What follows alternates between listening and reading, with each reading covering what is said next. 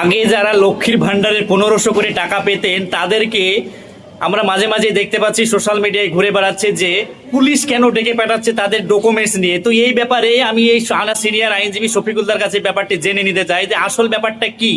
শফিকুলদা বলুন। সেটা হলো যে আপনারা পেপার পত্রিকায় দেখেছেন যে বিগত যে লক্ষ্মীর ভাণ্ডার ছিল সেই লক্ষ্মীর ভাণ্ডার নিয়ে কিন্তু প্রচুর দুর্নীতি হয়েছে।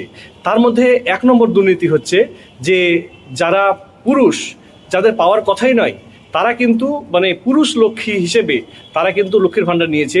এবং শুধু তাই নয়, দেখা গেছে যে একজন পুরুষ সে 8টা 10টা পর্যন্ত কিন্তু তাদের অ্যাকাউন্টে টাকা ঢুকিয়েছে। এটা হলো পুরুষদের ক্ষেত্র।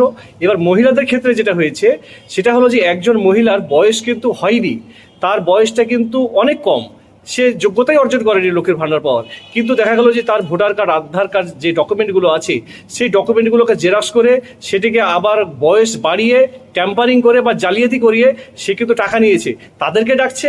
আর 3 নম্বর হলো যে একই মানে মহিলার অ্যাকাউন্টে দেখা গেলো যে একটি লক্ষ্মীর ভাণ্ডার ঢোকার কথা, কিন্তু দেখা গেলো যে একাধিক, কারো ক্ষেত্রে 5, 10, 15 এরকমই কিন্তু হচ্ছে।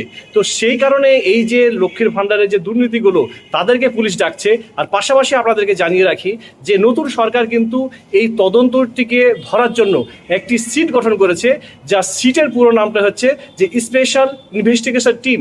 অর্থাৎ এই স্পেশাল ইনভেস্টিগেশন টিম গোটা রাজ্যের উপরে দেখছে যে যারা লক্ষ্মীর ভাণ্ডার যারা করেছিল তাদের মানে কে কে দুর্নীতি করেছিল, সেই দুর্নীতির মাথাগুলোকেই কিন্তু এখন ডাকছে বা ধরছে। সেই কারণেই পুলিশ ডাকছে এখন তাদেরকে। তো আপনারা একটু সচেতন হয়ে যান, আপনারা যদি এই ধরনের কেউ কাজ বা করে থাকেন দুর্নীতি তো